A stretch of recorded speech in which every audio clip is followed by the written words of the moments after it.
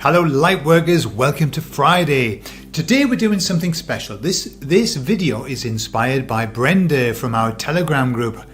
Hello Brenda.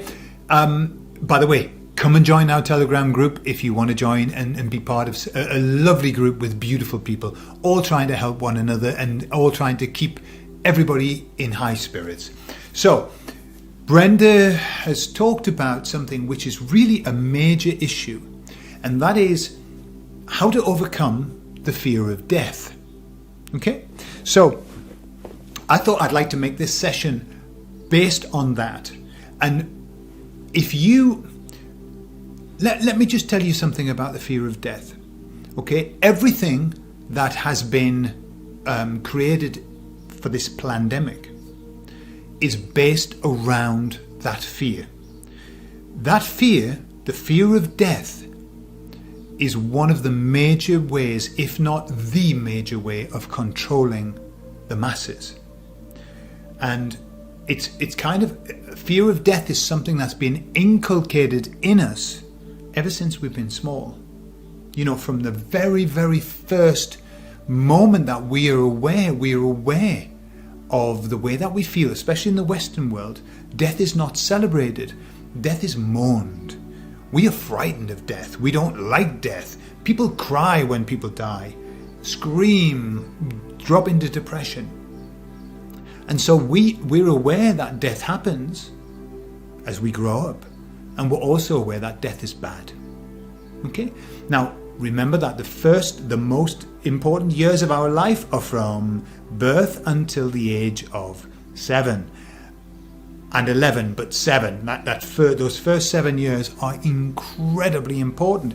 That's when the programs are made. And so our fear of death is made during that time, which is when we discover that death is horrible.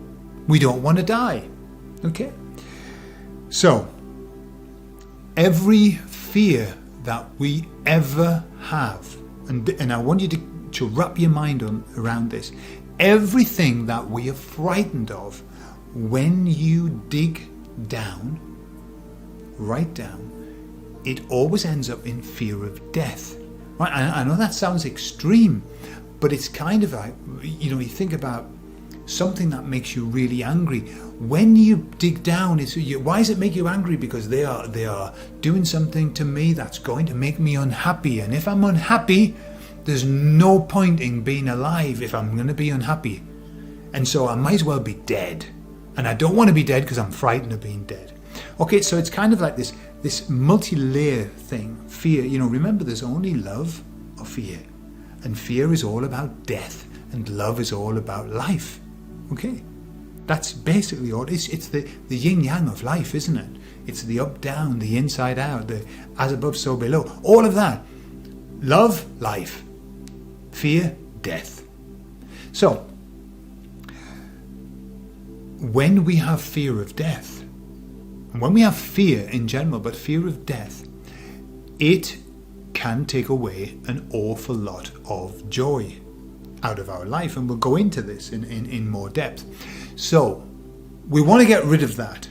We want to get rid of the fear of death. So how are we going to do it? Right.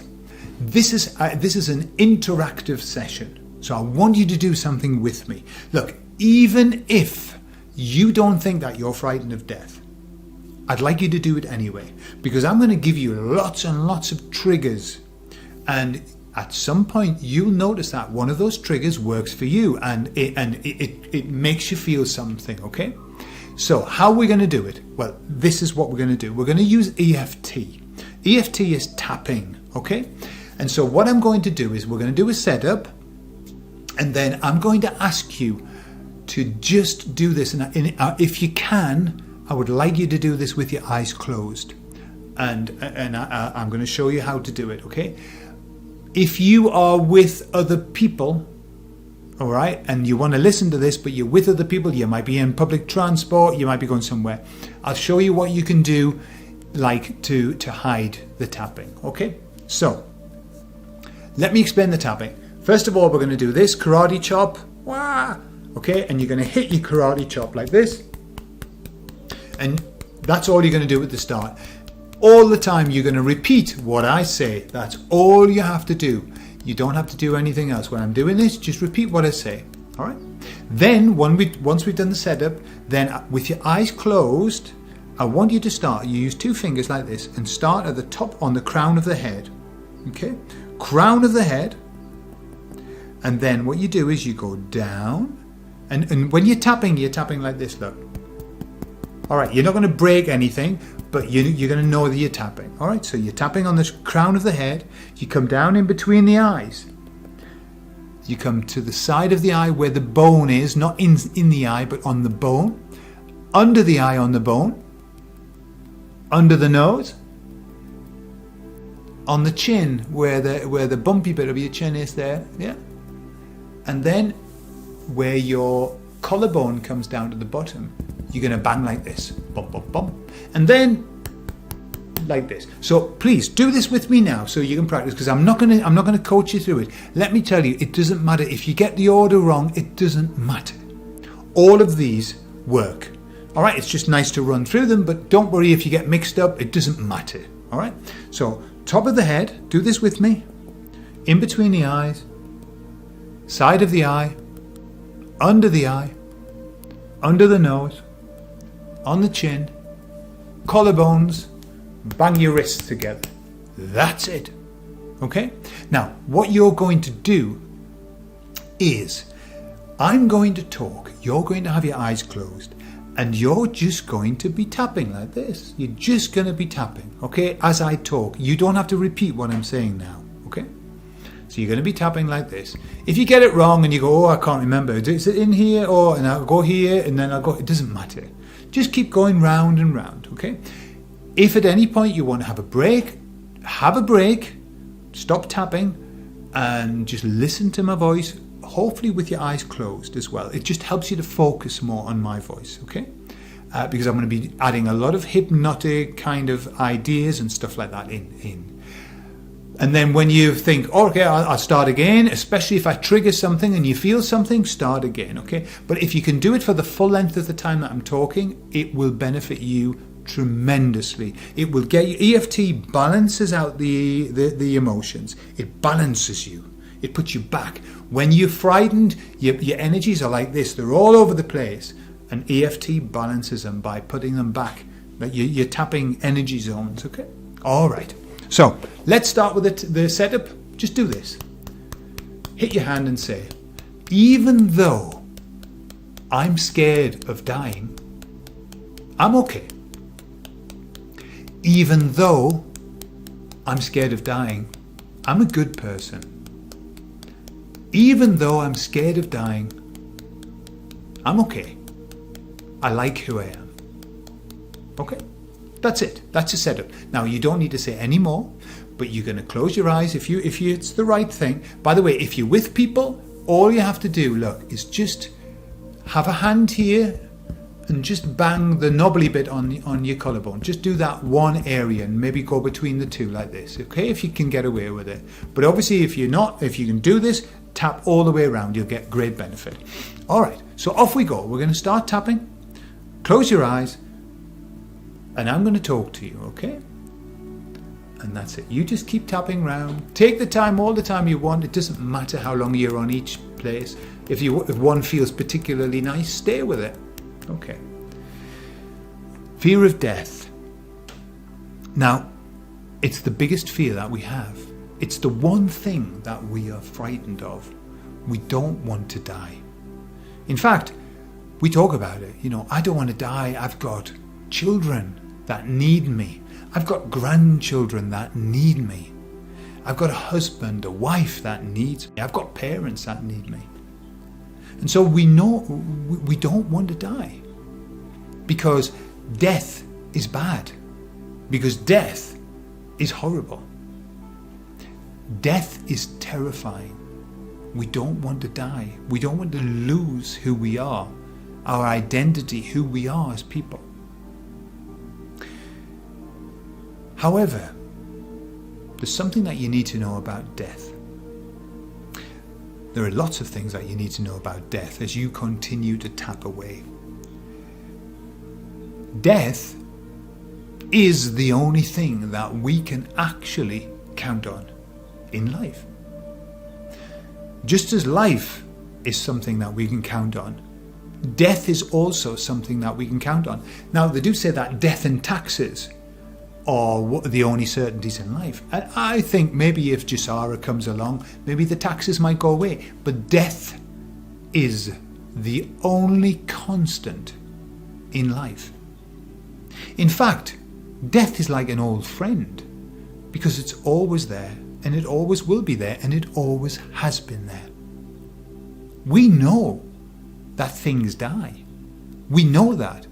When we're born, the very first thing that we become aware of is the end of life. Whether it be us crushing ants underneath a stone, or whether it be us going to a funeral of our great-grandparents or our grandparents and watching everybody cry. We see the seasons and we see the spring come and the trees bursting with leaves, and in the summer they're luscious, and the autumn comes and the leaves wither and drop off. And the winter comes and the trees look like the dead until the spring comes again. So we absolutely are very, very aware of the cycles that happen. Birth, growing up, old age and death. It's always been there. And being frightened of death, well, doesn't make any sense. Because being frightened of death is like being frightened of the sun going down. We know the sun goes down. Imagine saying, oh no, I hate it. People used to, when the sun went down, they thought the sun had died or whatever. Oh no, the sun's going to go down. Oh no, don't let the sun go down on me. Famous song. Don't let the sun go down on me. No. It doesn't make sense that you would get worried about the sun going down. Because it goes down every single day. And it always has. And it always will. And so being frightened of death and afraid of death is the same. It's always happened. And it always will happen. And it will happen to you just as it will happen to me, just as it will happen to anybody. No matter how much money you've got, no matter how much you spend on medication, no matter how many good doctors you've got around you. You will die, and the doctors will die that took care of you. Everybody dies. And so being scared of it is a shame. It's not necessary. It's not necessary. But why are we scared of death? Why are we scared of death? Well, for lots of reasons. I mean, religion has done such a bad job with this, hasn't it? Because some people say, well, when I die, maybe I'll go to heaven or maybe I'll go to hell. And the question is, have you been a good person? And everybody says, well, yes and no. Sometimes yes, sometimes no. And so sometimes we don't know where we're going to go after we die. We don't know. Sometimes we don't believe anything, and so we know that death is the final word. Death is all there is. It brings an end to who we are, the essence of who we are.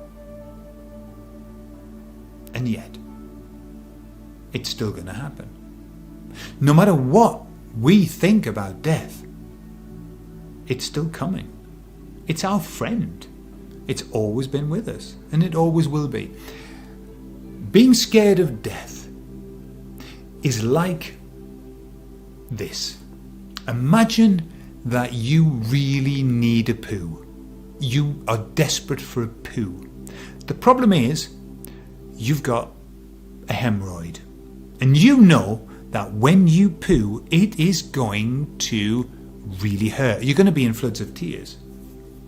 And so what you do is, you hold off and you don't have a poo. But for anybody who knows how it feels to hang on to a poo when you really desperately need a poo, it's the most uncomfortable experience in your life.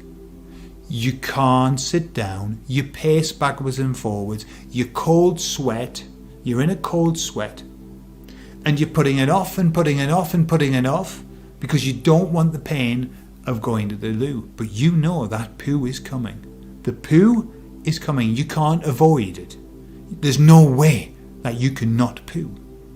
And so finally, maybe after 2 hours of hanging on to it, 3 hours, you go to the toilet and you have a poo and you cry with the pain because of the hemorrhoid. By the way, if you need to fix hemorrhoids, cannabis oil.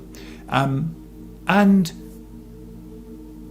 after that, well, it was painful, but it's a relief.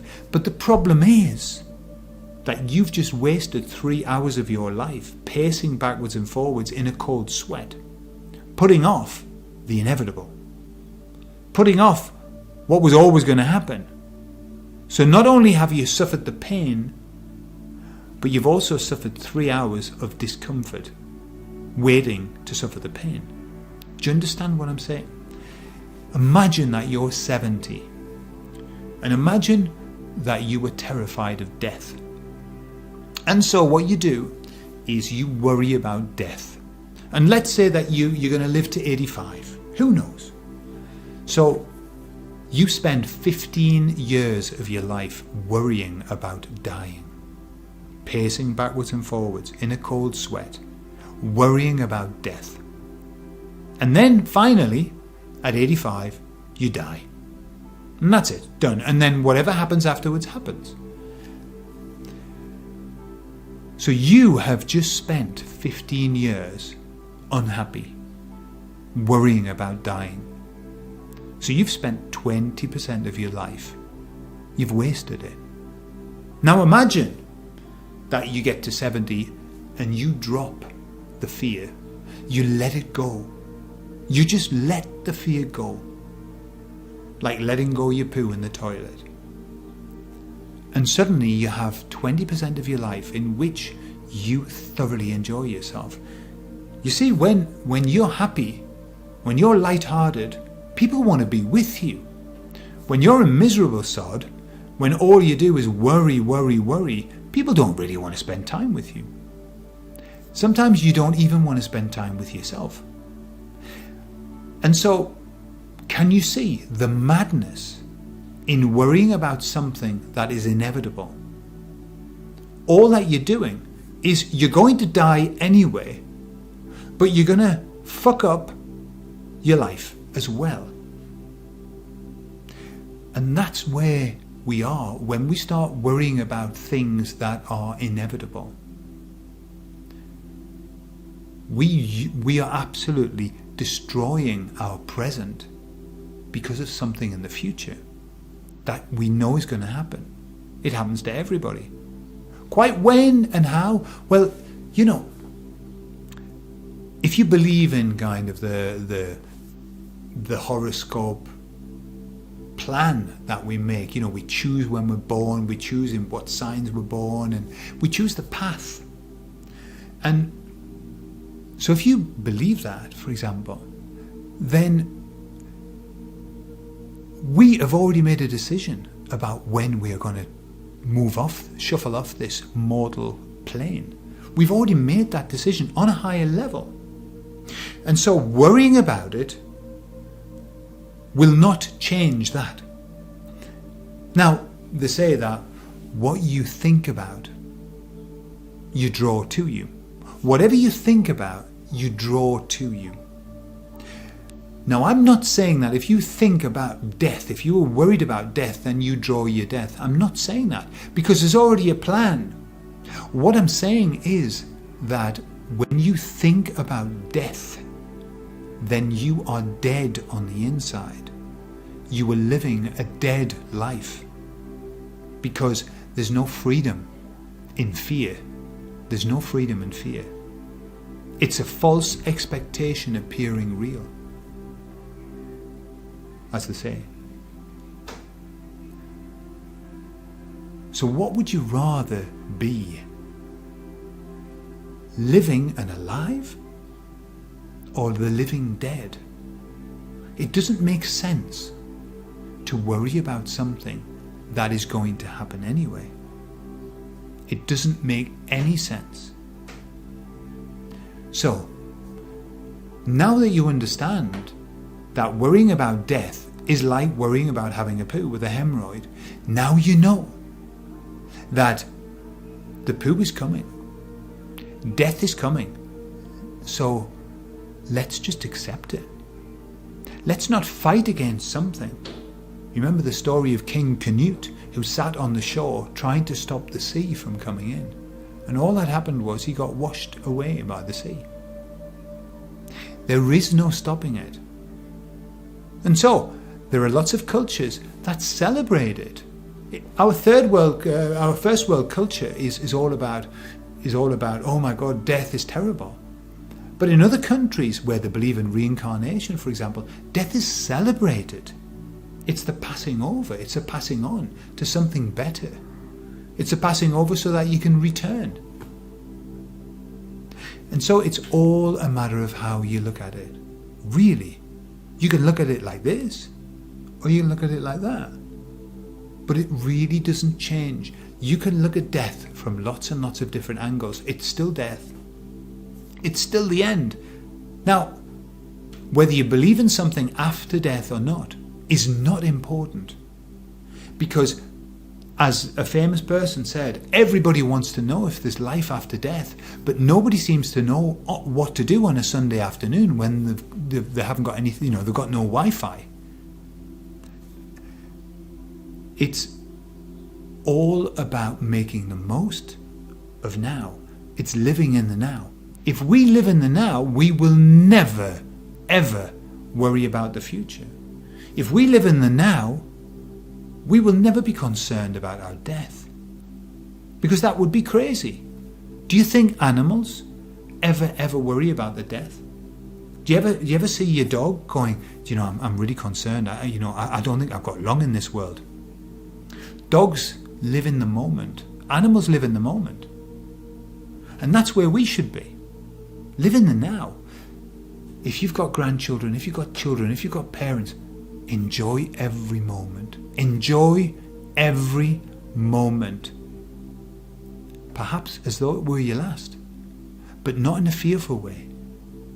Because when you realize that when you look around, everybody is dying. Everybody. What that does, it helps you to have compassion for them, and it helps to have compassion for yourself. When you realize that you are on the road to dying, but that's okay, because every bastard else is too. Everybody. Nobody escapes it.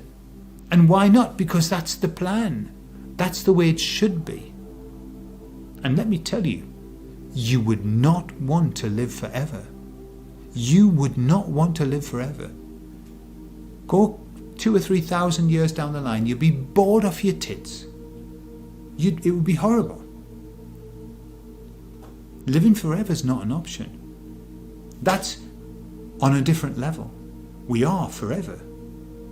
But for the moment, we've got this life, we've got this vehicle, and this car, this vehicle is designed to take us to the end of our life, and then we let it go, we step out.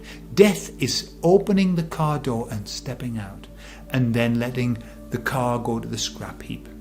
That's what death is. It isn't the end of anything. It's the changing of the car. Stepping out and heading off to find a new one. It's an upgrade. It's a mobile upgrade. After 2 years they have to upgrade your mobile. If not, they put in virus that ruin it for you anyway. So that's all that happens at the end of life. It's like handing in this mobile. It's not functioning very well, actually. The screen's cracked. Okay, give me a new one. Give me a new car. That's all that's happening. And so fearing it is like fearing the sunset. It doesn't make sense, because it's always going to happen. Okay, so thank you for spending time with me. I hope you feel better about that. At the end of the day, we're all in the same boat. We're all in the same boat. And so we can either celebrate this life that we're in, or we can worry about it. I'm choosing to celebrate it. And my suggestion is that you choose to celebrate life. Celebrate every moment. Celebrate every meeting with the people that you love. Celebrate every thought that passes through your mind. because life is to be celebrated. Okay, have a lovely weekend. I'll see you on Monday.